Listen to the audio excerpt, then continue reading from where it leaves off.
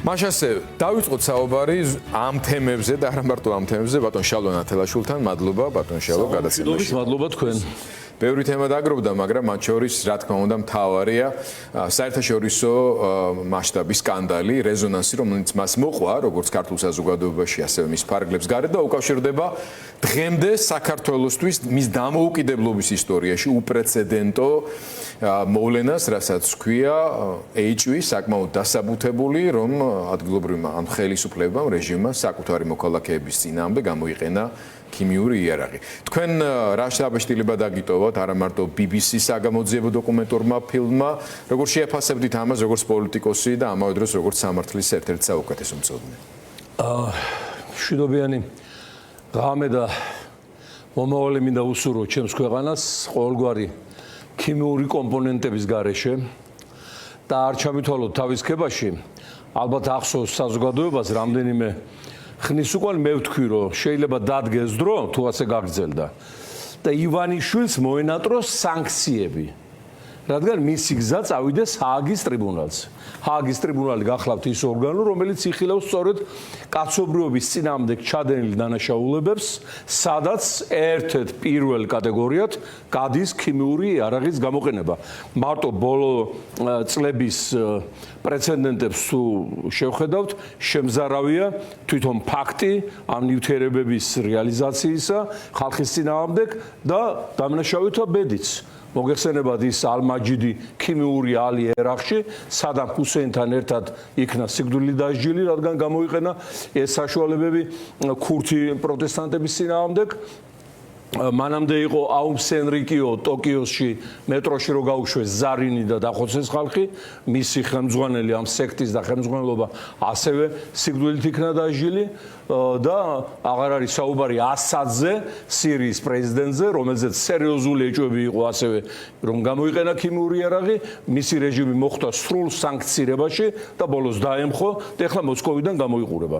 აი ეს ვითარება თუ შეიქმნებოდა საქართველოში მე ნაკლებად წარმოვიდგენდი, მაგრამ იმის გათვალისწინებით რა მანიაკთან გვაქვს საქმე ბიზნე ივანიშვილის პერსონის სახით, თურმე უნდა წარმოგვედგინა და ეს დაგვეშვა.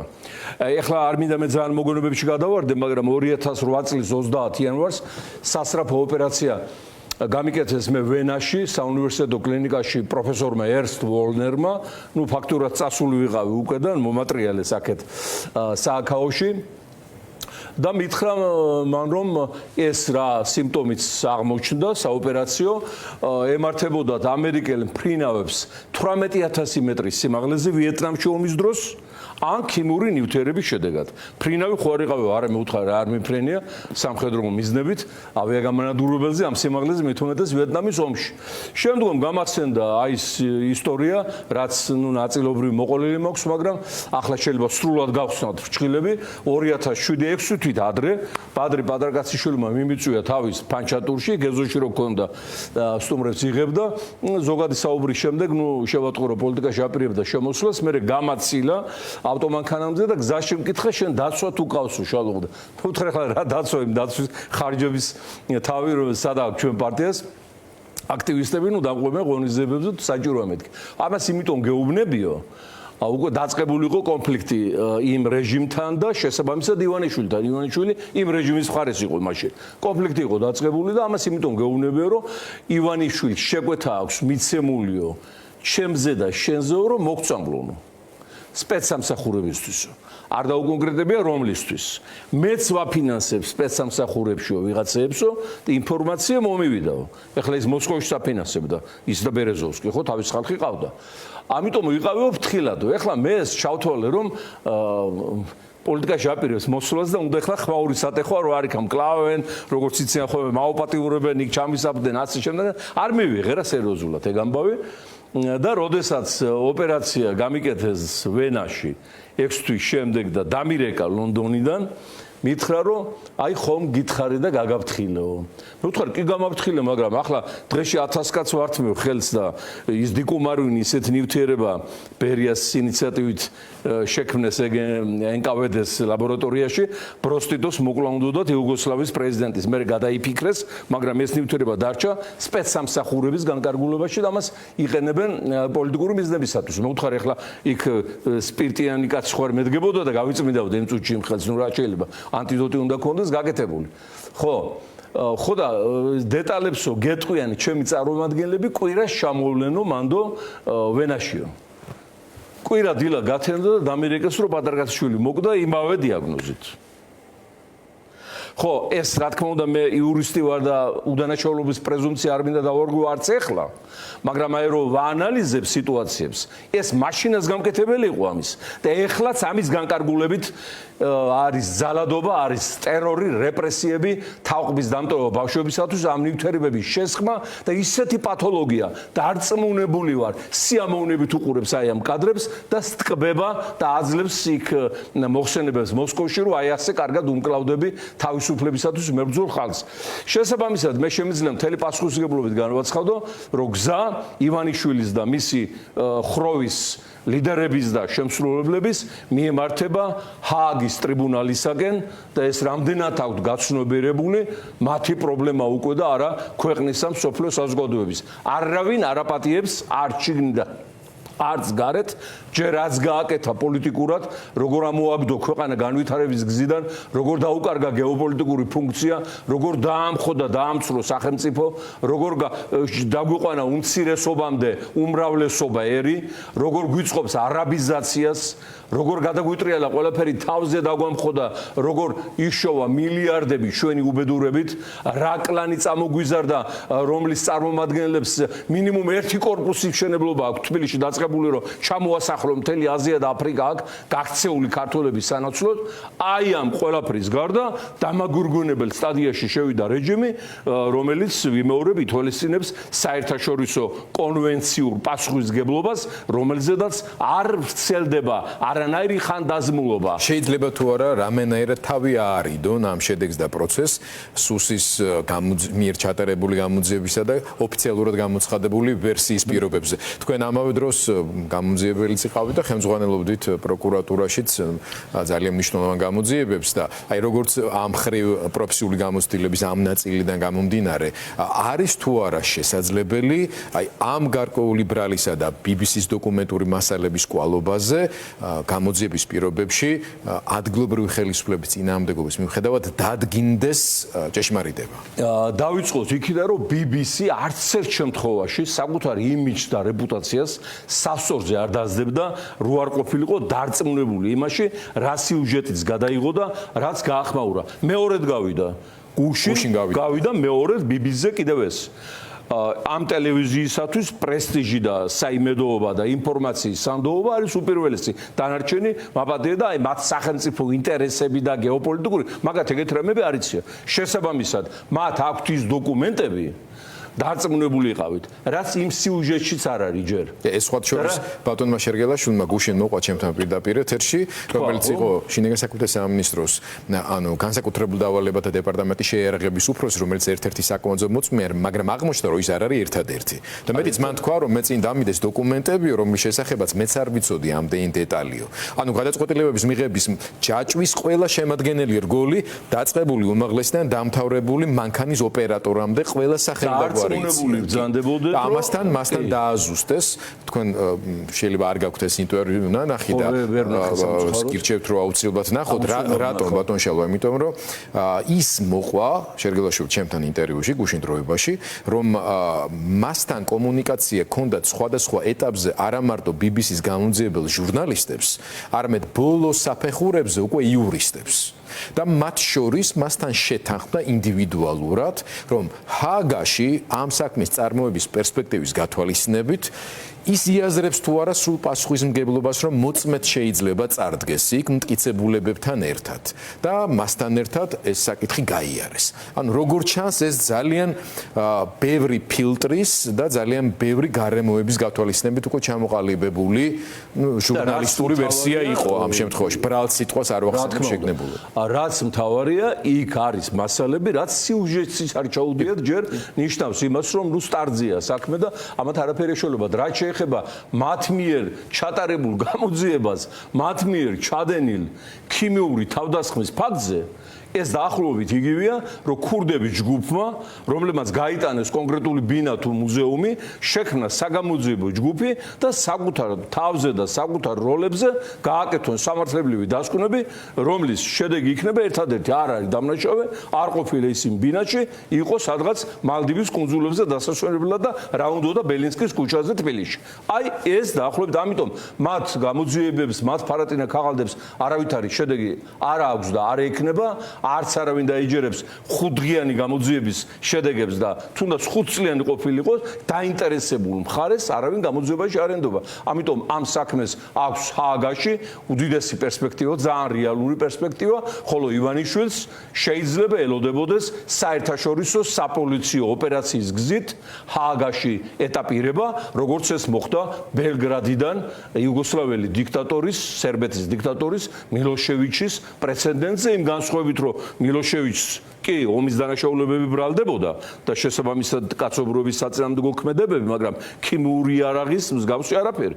შესაბამისად ეს ძალიან მოკლედ საშინელ სამსჯავროსკენ მიემართება, რაც დამსახურებულია თუნდაც იმიტომ ბატონო გიორგი და მე მინდა რომ დღეს ამ საღამოს აღნიშნულ საკითხს ასევე ფართოდ შევეხოთ თქვენის ნებართვით, არაბიზაცია ქვეყნის, რაც არ ნიშნავს იმას, რომ ჩვენ არაბები არ გვიყვარს ან არაბები გძულს. პირიქით, ეს არის უდიდესი ცივილიზაცია, ყველაფერს დავანებოთ, თავი ალგებრა და ტრიგონომეტრია ამათი გამოგონებულია, ხო? მაგრამ ისინი თავის წესდებით დადიან მთელ მსოფლიოში, განსხვავებით სხვა ემიგრაციული ტალღებისაგან. აი ახლა ესეთი ანეკდოტი იყო კომუნისტების დროს თუ შემდგომ პერიოდში არ აქვს ამას მნიშვნელობა, ამერიკელი, ბრიტანელი და რუსი მსჯელობენ ვის რითი უყვარს მოგზაურობა მსოფლიოში. ნუ ამერიკელმა როგორც თვითმფრინავების სამშობლოს წარმომადგენელმა მოგეხსენებათ ძმებმა რაიტებმა ის პირველი თვითმფრინავი ველოსიპედების სახელოსნოში ააწყვეს, განაცხადა რომ მე თვითმფრინავი და იმიჟანი, გავფრინდები და სადაც მინდა დავფრინდები. ნუ ბრიტანელმა როგორც საზღვაო ლომის იმპერიის წარმომადგენელმა თქვა რომ მე გემით მოგზაურობ და ამით შემოგვილი აქვს ნახევარი მსოფლიო. ნუ რუსი უსმენს და ბოლოს ეუბნება რომ მე ტანკით მოგზაურობ საერთოდ და შესაბამისად პრობლემები ბილეთის აღების არ მაქვს. აი არაბი მოგზაურობს თავისი წესდებით, თავისი რჯული და თავისი კანონებით. მარტო ის ფაქტი რომ ისლამი როგორც მსოფლიო რელიგია აღიარებული და მილიარდზე მეტი მიმდევარის მატარებელი არაბების გავრცელებულია ბევრწილად ცეცხლი და מחვილით და არაბულმა აი ამ ექსპანსიამ ჩაყლაპა ისეთი ცივილიზაციები, როგორიც იყო შუამდინარეთში, ბაბილონი, ფინიკია, პართია, მიდია, დიდი სპარსეთი, სწორედ არაბული ექსპანსიის მსხვერპლი გახდა.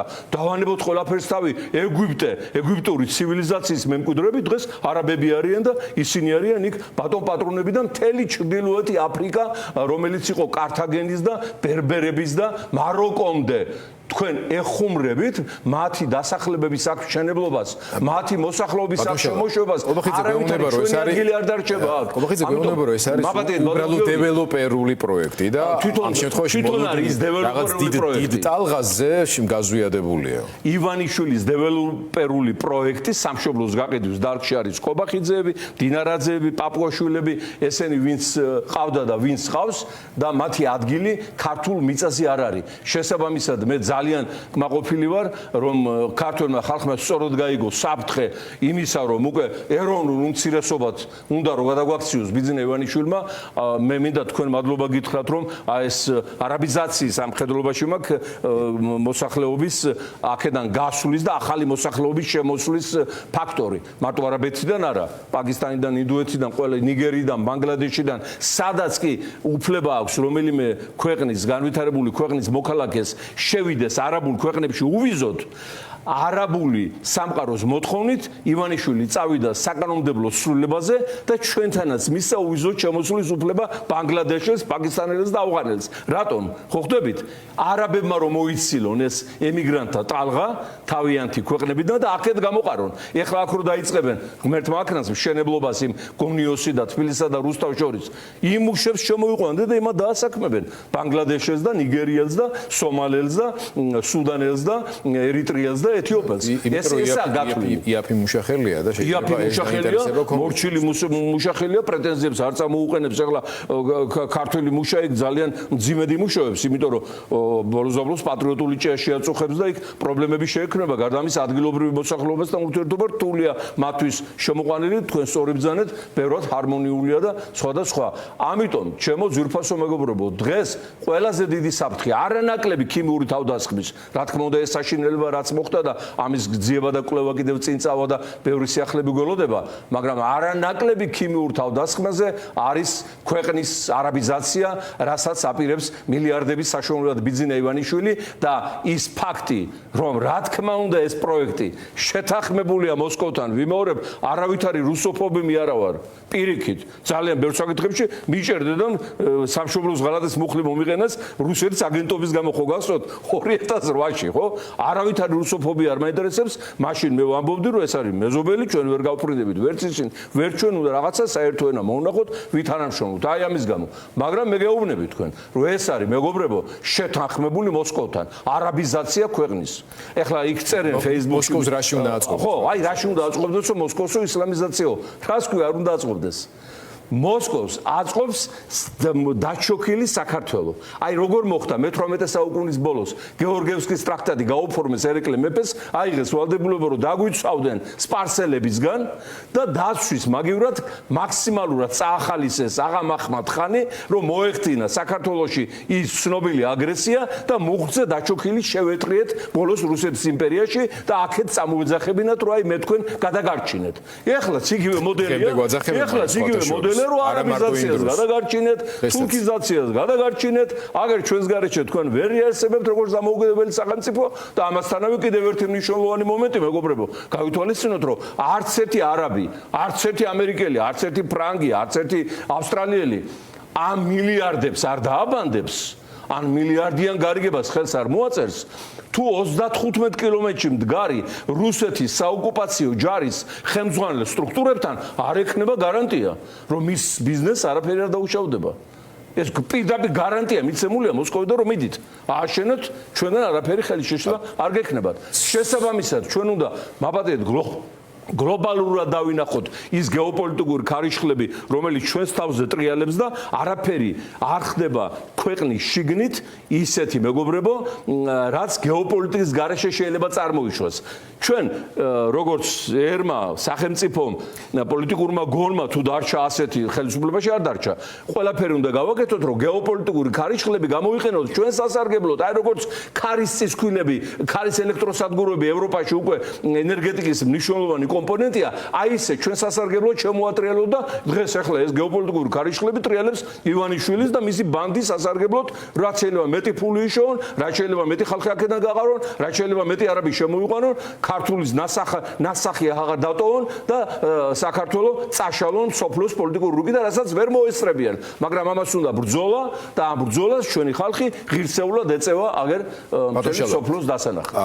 დიდ გეოპოლიტიკურ ტენდენციებზე მინდა რომ თქვენთან საუბარი მოვასწროთ, მაგრამ მოუბრუნდეთ ფოკუსი გადმოვიტანოთ ისევ იმ მიმართულებით რა ხდება ჩვენს ქუჩებში, მათ შორის ამ სიტყვის პირდაპირ მნიშვნელობით არა მარტო ქუჩებში, იმიტომ რომ ცენზურისა და აგრძალვების ტენდენცია ინტერნეტზეც ვრცელდება უკვე, ტელევიზიებთან მიმართებაში უზარმაზარი პრობლემები არის, ყველას დაავიწყდა რომ ფაქტობრივად ცენზურის კანონმდებლობა არის მიღებული, თუმცა იმის გამო რომ როგორც ონლაინ მედიებს, ასევე კრიტიკულ ტელევიზიებს ისედაც უზარმაზარი პრობლემები გვაქვს, მისი აქტიური ამოქმედება არ ხდება, რადგან იმედი აქვს რომ ისედაც ჩვენ ვეღარ შევძლებთ მუშაობას და მაუწყებლობას, მაგრამ აი დღევანდელი ცვლილებათა პაკეტი, რომელიც ქართული ოცნების ოფისში გაჟღერდა და გავიგეთ იმის თაობაზე, რომ ქუჩაში თუ ადამიანები შეიკრიბებიან და თუნდაც ტროტუარების მეშვეობით გადაწყვეტენ მსვლელობის მოწყობას, ამის თაობაზე წინასწარ უნდა შეატყობინონ მთავრობას, შემდეგ შეათანხმონ უნდა გარკვეული მარშრუტი და თუ ვიღაცა ჩათვლის, რომ ამ მარშრუტმა შეიძლება შეუქმნას გარკვეული დისკომფორტი, დაწესებულებებს იქნება ეს თუ რომელიღაცა სხვა ჯგუფებს და ასე შემდეგ, მათ შეუძლიათ არ მისცენ ამისნება და დაუმორჩილებლობის შემთხვევაში დააპატიმრონ 15-20 დღით ორგანიზატორები, მონაწილეები და ასე შემდეგ. ანუ ეს ხა ჩვენ უყურებთ რომ თავად პროტესტი ახერხებს ადაპტირებას, კი არ ეგუება ამას, მაგრამ ადაპტირდება. შესანიშნავად და პრეფექტურად. უკან კუთხში მისდევს ხელისუფლება რეჟიმი, აგრძელების რეჟიმი. აი სანამდე შეიძლება ეს გაგრძელდეს ზოგადად და სანამდე შეიძლება მიგვიყვანოს ამან თუ კი საზოგადოების დიდი ნაწილი არ ჩაერთვება ამ პროტესტში. აი იმ ნაწილზე მინდა რომ ისაუბროთ, რომელიც ამას გვერდიდან უყურებს, იმიტომ რომ იმისთვის ახალი სათქმელი არც არაფერია, რომელიც აქტიურად გამოხატავს თავის პროტესტს. რა თქმა უნდა, პროტესტს, რომელიც დაწყებულია ასეთი აღმავალი ტემპებით, ვერაფერი და ვერანაირი შეზღუდვა ვერ გააჩერებს და ეს აჩვენა აი ამ წლების პრაქტიკამ გავრილოვის ღამიდან დაწყებული. მაგრამ კარგად მოეხსენება საზოგადოებას დიქტატურას თავისი წესები აქვს. დიქტატურა ნიშნავს იმას, რომ იკრძალება გამოხატვის თავისუფლება, არ მარტო მედიაში, არ მარტო ინტერვიუებში და განცხადებებში, არამედ ქუჩაში, მიტინგებისა და დემონსტრაციების დროს. ფაქტურად საგანგებო მდგომარეობაში ვცხოვრობთ, უბრალოდ არ უწოდებენ ამას საგანგებო მდგომარეობას. ამიტომ დიქტატურა იქცევა ისე, როგორც უნდა იქცეოდეს, ყველა ცნობილი ნიუანსის დაცვით, იმ განსხვავებით, რომ დიქტატურები, როგორც წესი, არ წარმოადგენენ მაოკუპირებელი ხელისუფლების გაგრძელებას. ესენი პლუს ოკუპანტი რეჟიმის ადგილობრივი გაგრძელებებიც არიან და მოქმედებენ იქიდან მიღებული ინსტრუქციებით და ზუსტად აკეთებენ იმას, რითაც დაიწყო პუტინმა ტოტალიტარიზმის მშენებლობა რუსეთში. აი ესეთი მიტინგების შეზღუდვა, მასმედიის აკრძალვა, პოლიტიკური პარტიების აკრძალვა, საგანგებო მდგომარეობის გამოცხადება. ნუ ახლა ის იმპერია და ბოლოს ომიც დაიწყო და აგერ უკვე უკრაინის გახლეჩვაზეა საქმე. შესაბამისად, ჩვენ უნდა სწორად გავიგოთ ისტორიული მომენტი და სწორადაც ესმის ჩვენს ხალხს, რომ ბრძოლა და მხოლოდ ბრძოლა არის წარმატების საფუძველი და ეს წარმატება ძალიან მალე იქნება. ჩვენი მეგობრები, ვიმეორებ, ამერიკის შეერთებულ შტატებში, ლონდონში, ევროკავშირის გამოცოცხლდა სერიოზულად, უკვე სტარტზე არიან იმისათვის, რომ მახრჩობელა გამანადგურებელი სანქციები დააგვირგვინონ რეჟიმის მიმართ და ახლა ახალი უბედურება რაც მათ თავზე ატყდებათ, ეს უკვე ქიმიური იარაღის გამოყენებაზე პასუხისმგებლობა, რა თქმა უნდა, მათ საბოლოო დაამთავრებს, მაგრამ ამასობაში ჩვენ ვიმეორებ უნდა შევხედოთ გეოპოლიტიკურ ქარიშხლებს, აგერ რამდენიმე საათის უკან ამერიკის შეერთებული შტატების ხელისუფლებამ დაამტკიცა ეროვნული უსაფრთხოების ახალი დოქტრინა, ალბათ თქვენს ამ შინაარსიან გადაცემაში ამაზე საუბარი იქნება და ამ დოქტრინაში უკვე რევიზირებულია იალტის და პოცდამის მიერ შექმნილი მსოფლიო მართლწესრიგი, რომელიც ეყრდნობოდა მეორე მსოფლიო ომის შედეგებს და ნათქვამია, რომ ღირებულებითი დაპირისპირება დამთავრდა, ვინაიდან კომუნიზმი ჩამოემხო და შესაბამისად ეს პრობლემა უკვე აღელვებს იმ დოქტრინის მიხედვით ამერიკის ხელისუფლებას და რაც ყველაზე საოცარია, აღდგა და აღორძინდა 200 წლის წინანდელი მონროს დოქტრინა, რომელიც ითვალისწინებდა ამერიკის შეერთებული შტატების ჩაკეტვას ამერიკის კონტინენტზე, ამერიკელებისთვის და ასევე ილაპარაკეთ რბილად, მაგრამ თან გქონდეთ დიდი ჯოხი მონროს დოქტრინა და ახლობით ესე ახლოს მივიდა ვაშინგტონის ადმინისტრაცია და აღიარა მრავალპოლუსიანი მსოფლიო, რომელთანაც საჭიროა თანამშრომლობა, მშვიდობა და სტრატეგიული ბალანსი, გეოპოლიტიკური შემოიტანა სტრატეგიული ბალანსი, სტაბილიზაცია, ხო? ანუ ჩვენ ახალ მსოფლიოში ვართ, შევდივართ ახალ მსოფლიოში, მაგრამ ვიმეორებ, ეს არ ნიშნავს, ეს ნიშნავს იმას, რომ ევროპა უკვე რჩება კაი გაგებით უპატრონოთ, ის ვეღარ იქნება ამერიკის იმედზე, ის იზრდებული გახდება შექმნას ცენტრალიზებული სერიოზული ორგანოები, თავისი თავდაცვა უზრუნველყოს, თავისი უსაფრთხოება, ეკონომიკური აღმავლობის პარამეტრები და ჩვენ ვართ ევროპის აღმოსავლეთი ფორპოსტი და ევროპა ჩვენს გარეშე, რა თქმა უნდა, ვერ დაუკავშირდება წყნარ ოკეანემდე ევრაზიის ცენტრს, არც აბრეშუმის დერეფანი იმუშავებს. მე მივწერე კიდევ გუშინ წინ პრეზიდენტ ტრამპს და ამერიკის კონგრესს, რომ ძალიან კარგი ეს მშვიდობიანი ინიციატივა ზანგეზურის დერეფნის, მაგრამ ის გახლავთ ამ ეტაპისათვის მკვდრად შობილი, რადგან გადის მოლების ირანის გვერდით და აჯანყებული ქურთებით დასახლებულ თურქეთის ტერიტორიაზე. ამიტომ არავინ იფიქროს მეთქი, რომ საქართველოს ვიღაცა ჩაენაცვლა და ამ საკითხში ვინმე შეიძლება ჩვენზე ეფექტური მოკავშირე გამოდგეს თქვენი. ანუ ბრძოლა უნდა ყველაფერს, გეოპოლიტიკური ქარიშხლები მოდის, ჩვენ უნდა მას ხმა აუწყოთ და ისეთი სარგებელი დავატრიალოთ იმ ახალი დოქტრინებიდან თუ მოქმედი სტრატეგიიდან ჩვენი ქვეყნისათვის, რომ ის წაადგეს დღევანდელობასა და მომავალს და მთელი მსოფლიოს პროგრესსაც. ამის ფუნქცია გვაქვს ჩვენ გეოპოლიტიკურად, მაგრამ ახლა ამათ რა პროგრესზე უნდა ელაპარაკო? აი რაზე უნდა ელაპარაკო? ახლა იმის არ იყოს დღეს. ნუ ახლა სასაულია რა. სასაცილოდ არ აქვს საქმე, მაგრამ მიიწვიეს ემირათების ელჩი პარლამენტში, საგარეო კომიტეტზე. ხო ხვდებით რა ხდება? იმდენი წერილები ვწერეთ ჩვენ ის არაბული ქვეყნების მეთაურებს, იმ თაღლითური კომპანიის დამფუძნებელ ალამბარებსა და ამბარებს და ვიღაცებს, გაფრთხილებებით, რომ პირველი რეჟიმ ივანიშვილის არის არალეგიტიმური, უკანონოდ ცნობილი, მასთან ხელმოწერილი კონტრაქტები არის იურიდიულად ბათილი და როგორც კი ესენი შეიცვლებენ, ჩვენ გავაუქმებთ თქვენთან ხელმოწერილი კონტრაქტს და ვერანაირი არბიტრაჟი ვერ დაგიდგებოთ გვერდში და ვერ მოიგებთ საქმეს, გექნებათ ზარალი. და მეორე, ივანიშვილი, როგორც რეჟიმის მეთაური არის სანქცირებული, ასევე მისი დაჯგუფება ამერიკის შეერთებული შტატების სახელმწიფო დეპარტამენტის მიერ და აქედან გამომდინარე სანქცირებულთან თანამშრომლობა, ანუ ქურთთან თანამშრომლობა, ნახურდალის გაყოფაში ნიშნავს იმას, რომ შენს მოხდები სანქციების ქვეშ და შესაბამისად სანქციები დაუანონსეთ ჩვენ არაბ მეგობრებს იმ სამშენებლო კომპანიიდან. ამამ უნებრივია გამოიწვია დიდი პანიკა იმ არაბულ სტრუქტურებში და ელჩის ვიზიტი პარლამენტის საგარეო კომიტეტში იყო ამის დასტური. ისინი სთხოვენ დამატებით გარანტიებს, რომ რაღაცა რო ჩადონ ამხელა ფული, არ დაკარგონ და აგერ რა ამბებია და რას გვიწერენ და აგერ ეს მიტინგები და ეს დემონსტრაციები ძალიან კარგია, რა თქმა უნდა. პერსპექტივა. ვინ ჩაატარებს ამ მიტინგს? ახლა თუ აღარ ვიქნებით, მეგობრებო, ამ ქვეყანაში აღარც პროამერიკელობა დასჭირდება ვიღაცას, არც პრორუსობა, არც პროინდუელობა. ძალიან კარგია, რომ ყველა ჩამდგარია ამ მარაკაში, შეიძლება ითქვას, მაგრამ გაითვალისწინეთ, რომ გარკვეული პრორუსული ჯგუფები, ალბათ ისმენ და ხვდებით, ითხოვენ ეხლა არაბი აი რასაც ვამბობდით წეგან, არაბებისგან გადასარჩენად, არაბიზაციისგან სამხედრო ბაზების გახსნას რუსეთისა, ბათუმში და ახალციხეში. ხოც არ მოგიდგენიათ რა დონეზია მეხუთე კოლონა შიგნით შეომპარული და როგორ იყენებენ ყველაფერს მოსკოვის სასარგებლოდ. ხო და ის ელჩი რომ მივიდა იმ კაი ამბავს გიყვებით.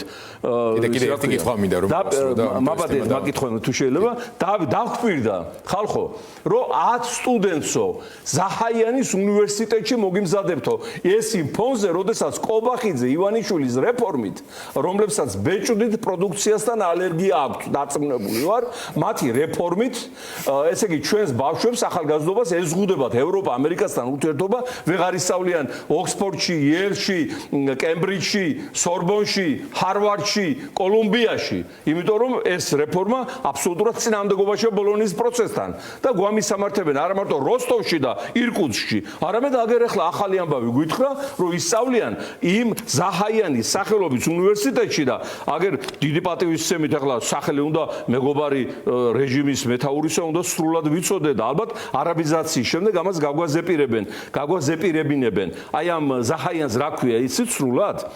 Muhammad ben Zaid ben Sultan ben Zaid ben Khalifa ben Shahbud ben Tiab ben Isa შენ ნაჰაიან შენ ფალახ ben იას ეს ის ნაჰაიანია ფაჩუჩებზე რო კოცინდა ბიძინა ივანიშვილი ოღონდ კი ფული გამოეთხოვა და მილიარდები დაედებინებინა აი ვის ხელში ვარ ჩემო ძვირფასო მეგობრებო და ძალიან მალე ჩვენი ხალხის გმირული ბრძოლით დადგება გაზაფხული ის გაზაფხული რომელსაც მე ვერავინ ვეღარ შეცვლის ბატონ შავ სანამ გაზაფხული დადგება ჩემი ბოლო კითხვა და ბოლო თემა გამოქვეყნდა საქსტატის მონაცემები ნოემბრის წლიური ინფლაციასთან ჯამურ შემადგენლობაზე 4.8%-ია, მაგრამ ესეც იმაზე მაღალია, რაც დაგეგმილი იყო, მაგრამ უშუალოდ სურსათის ფასები უფრო მნიშვნელოვნად 10.3% არის გაძვირებული, მაგრამ მათ შორის ჩაშლილად ის პროდუქტები, რომელიც სასიცოცხლო აუცილებლობას წარმოადგენს ჩვენი ქვეყნის ყველაზე დიდი ნაწილისთვის და ყველაზე ღარიბი ნაწილისთვის, რომ დავიწყოთ, ესე იგი ხილი გაძვირდა 16.9 ან 17% თითქმის. პირველი შემთხვევა, ბატონო გიორგი,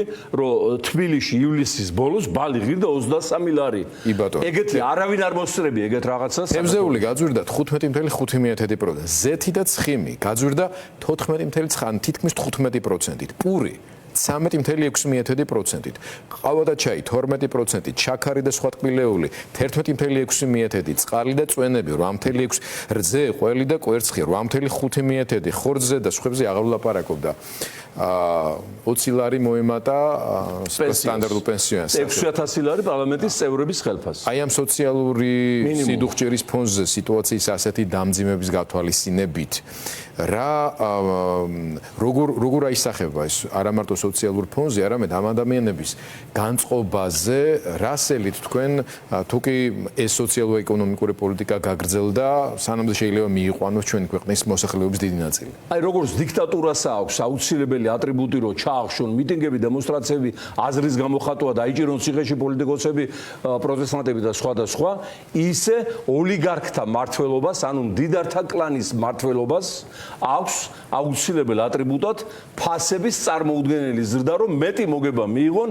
ხალხის გაღადაგების ხარჯზე. როდესაც პარლამენტში ბრძანდება შენებელი, ნავთობის მაფიოზა ოლიგარქი, კბილის ჯაგრისების შემომტანი, საზამთროთი მოვაჭრე, ზეთის შემომტანი თურქეთიდან, როცა ესენი პარლამენტში სხედან და კანონს იღებენ, რომელიც ადგენს შემოტანა გატანის ტარიფებს, რა თქმა უნდა, ისინი ცდილობენ, რომ რაც შეიძლება მეტი მარაკა და მეტი მოგება მიიღონ. ამიტომაა, რომ კაცობრიობა მოარი ითქვა ოლიგარქთა მმართველობაზე და დაამყარა დემოკრატია დიდი რევოლუციებისა და ბრძოლის შემდეგ და 200 წელია ადამიანთა საზოგადოება ვითარდება იმ გზით, რომ მსხვილი ბიზნესი, ოლიგარქები, ანუ ბანდიტები გათიშულია პოლიტიკიდან და არ აქვთ ბანდიტობის საშუალება და გადაივიწყეს კიდევაც ეს სურვილი, რომ ოდესმე შეიძლება პოლიტიკით, დეპუტატობით, კონგრესმენობით მიაღწიონ რაღაცას პირად ბიზნესში.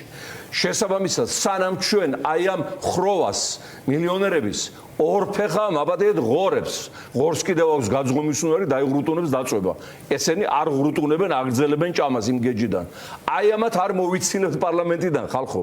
არ გავყრით კინწისკვრით და არ ავირჩევთ იმ პარტიას, რომელიც არ იმართება ოლიგარქებისაგან, ბანკირებისგან, არ ფინანსდება მათგან და ამასთან დაკავშირებით მე მინდა გთხოვოთ, რომ 5 წელია ლეიბორისტული პარტია დაბლოკილია ფინანსურად, ეგონა რომ ფინანსურად მოგვახჩობდა და დაგვამთავრებდა და ვერ შეძლოს ბევრწილად თქვენი დახმარებით. აი ახლა ემიგრანტებზე მიიღეს კანონი და წაართვეს ხმის უფლება ემიგრანტებს. ეგეთი რამე მოხდა ჩრდილო კორეაში. მარტო მგონი ირანიც არაკეთებს, ამას და პუტინიც არაკეთებს. აგერ საარჩევნო უბნები გახსნილი მთელ მსოფლიოში. წაართვეს ემიგრანტებს ხმა იმ ემიგრანტებს, რომლებიც ინახავენ არა მარტო თავის ოჯახებს, არამედ ინახავენ ბიუჯეტს, ავსებენ, რათა მათ იყიდონ 9 სასახლეები ევროპა, ამერიკაში. ჯიპები, 9 თანაშემწი შტატი და ჭამონეს ფული და რაც მთავარია, ემიგრანტები გვინახავენ ჩვენს, აი ემიგრანტები გვეხმარებიან. ლეიბორისტულ პარტიას 5 წელი, ოპოზიციასაც ემიგრანტები გვინახავენ. აი უმადურობის კულმინაცია, რაც შეუძლია ამ რეჟიმმა გააკეთოს და ამასთან დაკავშირებით მე მინდა ბოროტად გამოვიყენოთ თქვენგან მოცემული დემოკრატიული უფლება და გთხოვოთ მეგობრებო, რომ დაეხმარეთ ლეიბორისტულ პარტიას. ეს ერთადერთი პარტია, რომელიც არ მიეყიდა არავის, არც ხელისუფლებებს, არც მილიონერებს, არც მილიარდერებს და ბოლომდე აწובה და ბოლომდე გავიტანთ, მაგრამ ახლა ხო გვინდა კომუნალური გადასახადების გადახდა მოდის თვის ბოლო და ამიტომ დაგვეხმარეთ მაქსიმალურად ადგილობრივების და ემიგრანტებიც. ქვეყანა, სადაც მილიონერები და მდიდრები არაფინანსებენ ოპოზიციას, განწირულია დიქტატურისათვის. მდიდრები რო არაფინანსებენ მასმედიას, განწირულია ეს ქვეყანა დიქტატურისათვის. მდიდრები რო მარტო აყრიან ერთ ბეღელს, სახელმწიფო ბეღელს და იქ ბანდა შექმნილი სახელმწიფო თქვენც არ მოიდგინეთ მექტამეობის და კორუფციის ფაქტებზე თათბირს კი არ იწოვენ ამ პედაგოგებთან, მეცნიერებთან, ან იურისტებთან, ეძახიან ბანდიტებს. აი მთელი ეს ვინც არის დუგლაძეები ეს ისინი მილიონრები ვინც არიან ჩხეიძეები მხეიძეები ეს რაღაცა ხარება მარება იმათ უძახია მთავრობის სახში და იმათ აბარებენ ანგარიშს როგორ ებძვიან კორუფციას ვინც არის კორუფციის სათავე და კორუფციის წყარო თავიანთ კოლეგებზე უყვებიან და ეს არის მართველი პარტია დღეს მსხვილმა ბიზნესმა ჩაიგდო ხელისუფლება ივანიშვილი ამომწვერვალება ამ აისბერგის დანარჩენი ეს ფენები ჩაწყობილია კი ეს ფენები უნდა გავაძევოთ პოლიტიკიდან მეგობრებო სხვა შემთხვევაში ჩვენ მომავალი არ გვაქვს წავა ივანიშვილი მოვა მისი მსგავსი ან კიდევ უარესი თუ შეიძლება ასე იყოს ამიტომ დამერწმუნეთ რომ ჩვენ გვაქვს ძალიან დიდი მომავალი თუ დიდრების დიქტატურას კოლექტიურ დიქტატურას მოვიცილებთ და რა თქმა უნდა აღარ დავიწყებთ წუნიაობას ლეიბორისტული პარტიის მიმართ ღალატმა წლების განმავლობაში ქვეყანა მიიყვანა აქამდე აი ამ ღალატის გამო ირჩევდით თქვენ ღვთისპირიდან გადავადნენ რეჟიმებს ივანიშვილებს მილიონერებს იმ მოტივით რომ ფული აქვს აღარ მოიპარავს და ხო ნახეთ რომ რაც მეტი ფული აქვს კონკრეტულ სუბიექტს უფრო მეტს იპარავს და ზღომის ცენტრები მან დარღვეული აქვს თავის ტვინში ერთადერთი პარტია ვისაც შეუძლია აქ დაამყაროს ეროვნული სოციალიზმი დაამთავროს ეს მიგრაცია აზია-აფრიკიდან გადააქციოს ისე უმრავლესობად ქართველი ერი ქვეყნის შიგნით დააბრუნოს ემიგრაცია გახსნან სამუშაო ადგილები მოსპოს კორუფცია და გამოუშვას მთელი წართმეული ეროვნული სიმდიდრე თქვენსკენ ეს არის ლეიბორისტული პარტია თუ ამას კიდევ არ დაიჯერებთ არანაირი აზრი ამათ მოცილებას არ აქვს მოვლენ ესეთები ვიმორება ან უარესები მაგრამ იმედია ეს ასე არ იქნება იმედია ჩვენ ჭკუა ნასწავლი გვაქვს და მე მოუთმენლად ველოდები რეჟიმი გარდაულად ჩამოემხობა და მოუთმენლად ველოდები ახალ არჩევნებს სადაც გვექნება საშუალება ლეიბორისტულ პარტიას შევქმნათ სახალხო ერთიანობის პროფესიული მთავრობა პროფესიული არაკორუმპირებული ეროვნული და შეუდგეთ ქვეყნის აღდგენას რა თქმა უნდა საუბარია მრავალპარტიულ მრავალპარტიულ და ამდენ მივალთ აუცილებლად მივალ და ეს ეხლავე უნდა განსაზღვროთ რომ იგივე არ დაგვემართოს რაც გვემართებოდა ეს 30 წელი მადლობა ბატონო ეს არის კიდე საზოგადოების შეკვეთა რომ მრავალპარტიული კოალიციური მთავრობა რა თქმა უნდა არის მაგრამ უნდა ვიცოდეთ რომ ამ მრავალპარტიულ სტრუქტურაში წამყვანი უნდა იყოს ლეიბორისტული პარტია რომელიც არ იმართება ბანკირ მილიონერებისგან თუ ეს ასე არ იქნება მაშინ ახლა ხაზარაძე რომ მოვა და გილაური რომ მოვა და რუხაძე რომ მოვა და ჩხარტიშვილი რომ მოვა რა განსხვავება ივანიშვილისა და მათ შორის არავით არის აი ეს გავითვალისწინოთ კარგად მაბადეთ შეიძლება გადავაჭარბე და ბოროტად გამოვიგენეთ თქვენი დემოკრატიული ნდობა მადლობა უთხრათ ბატონ შალვა ნათელაშვილს წარმატებები და გამარჯობა იქნება ხალხო გული არ გაიტეხოთ ყველაფერი კარგად იქნება მთელი მსოფლიო ჩვენს მხარეზე და რასთავარია ჩვენ ვართ ერთმანეთის მხარეზე აი ესა გადამწყვეტ მადლობა დავამშვიდობთ ბატონ შალვა ზოგადად პოლიტიკური პარტიების თავმჯდომარეების სტუდიაში თუმრობით მოგეხსენებათ განებიურებული აღარა ვართ მათ შორის მათი უმეტესობა საერთო ციხეებში ხო ამიტომაც ბატონო გიორგი მეკითხებიან ხშირად შენ რატო არ დაგიჭირესო აი ესე ახლა კოლეგებს სოლიდარობას უცხადებ პოლიტიკური პატიმრებია და რა თქმა უნდა დაუყოვნებლივ მაქსიმალურად მოკლევადებში უნდა გამოვიდნენ გარეთ მაგრამ აი როცა ვეუბნებოდი მაგათ რომ არ შეიძლება ეშმაკთან გარიგება არ შეიძლება ეშმაკთან მოლაპარაკებაში შესვლა შევიდნენ ესენი მოლაპარაკებაში ივანიშვილთან არაერთხელ ხან პარლამენტი გაუправეს ხან არჩევნები გაუправეს ხან რაღაცა იქ გილაურის მიტანელი ფინანსები გაინაწილეს და ესე იცის ამან თუ ვინმეს რამეს მისცემს ივანიშვილი ბოლომდე ამოაშხამებს უყურდებით ჯერ საპატრიარქოს რას უკეთებდა რაღაცას მისცემდა და მე ამოაშხამებდა ვიდეო ჩანაწერებს გაავრცელებდა პოლიტიკოსებს რამეს მისცემდა მე იმათ დაიჭერს თქვათ იქ სხვა რაღაცას პატივსცემს და გაუკეთებს ამოაშხამებს ეს არის ამის თვისება ამიტომ ეშმაკთან გარიგებას უნდა დავანებოთ თავი ჩვენ უნდა გავრიგდეთ ჩვენს ხალხთან და ვიყოთ მათი მსახურები მადლობა წარმატებები ნახვამდის დავამშვიდობთ ბატონ შალვას გადავიდეთ შემდეგ სტუდიაზე მანამდე კი კიდევ არაერთი ძნელია თქვენი სტუდიის დატოვება და ამიტომ იქნება შესაძლებლობა